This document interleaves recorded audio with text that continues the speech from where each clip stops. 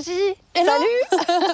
On est trop content de te recevoir dans ce bel écrin. C'est beaucoup trop beau. On dirait une héroïne balsacienne. Ce qui est fou, c'est que t'es quand même toute jeune et on dirait que t'as eu 1000 vies parce que t'as commencé en jouant dans le métro.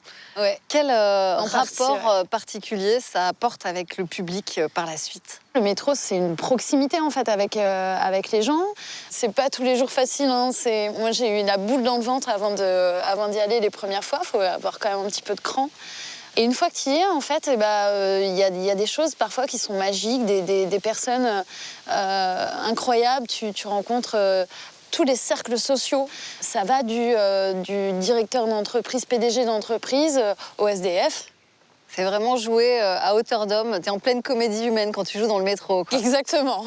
T'es plongé dedans, t'es dans le vif du sujet. Donc ça, c'est vraiment chouette. On a un point commun, c'est qu'on est normands tous les deux. Ouais. Mais on a des liens particuliers avec cette région, le centre Val-de-Loire, toi avec Orléans, Ouais. Blois et même Main-sur-Loire. Main-sur-Loire. Ouais. Pourquoi alors? Explique-nous. J'étais à Paris et je cherchais des musiciens et j'ai un Orléanais qui m'a écrit en me disant si tu veux venir sur les bords de Loire. Et puis après, j'ai rencontré l'école d'harmonie de Main-sur-Loire avec qui on a fait un projet dingue. Je me suis retrouvée avec 60 cuivres à jouer. Autour de toi comme ça. Ouais, une expérience magique. Puis les petites balades en bord de Loire. Ah, quand on vous dit que c'est la meilleure région de France, tu vois. C'est une des meilleures régions. Et évidemment, je vais te parler de la nouvelle star, ce télécrochet, dont d'ailleurs Yarol Poupeau, qu'on a reçu dans un précédent renversant, était juré à ce moment-là. Déjà, est-ce que tu en gardes un bon souvenir de Yarol?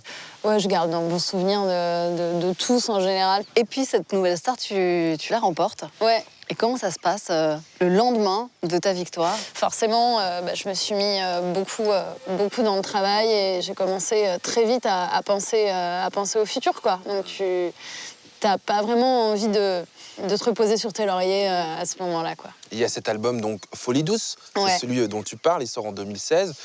Arrive ensuite, cette année, cet album Jetuel. Qu'est-ce qu'on peut dire? Est-ce qu'on peut dire qu'il est plus pop déjà que le précédent, plus engagé aussi? Oui. Il est beaucoup plus pop, il est beaucoup plus moderne, il y a des sonorités modernes, parfois avec des envolées, et puis des touches urbaines aussi.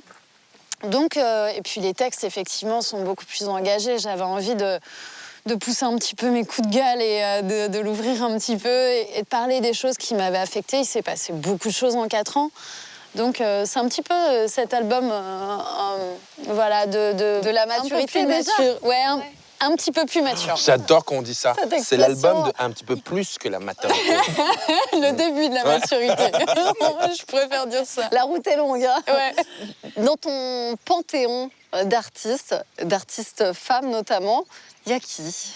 Moi, j'étais une grande fan de Mylène Farmer quand j'étais petite. Je trouvais ça fascinant de liberté, de libertine. En tout cas, tu as un clip qui est assez osé, libertin aussi, on peut dire. Surtout Lost.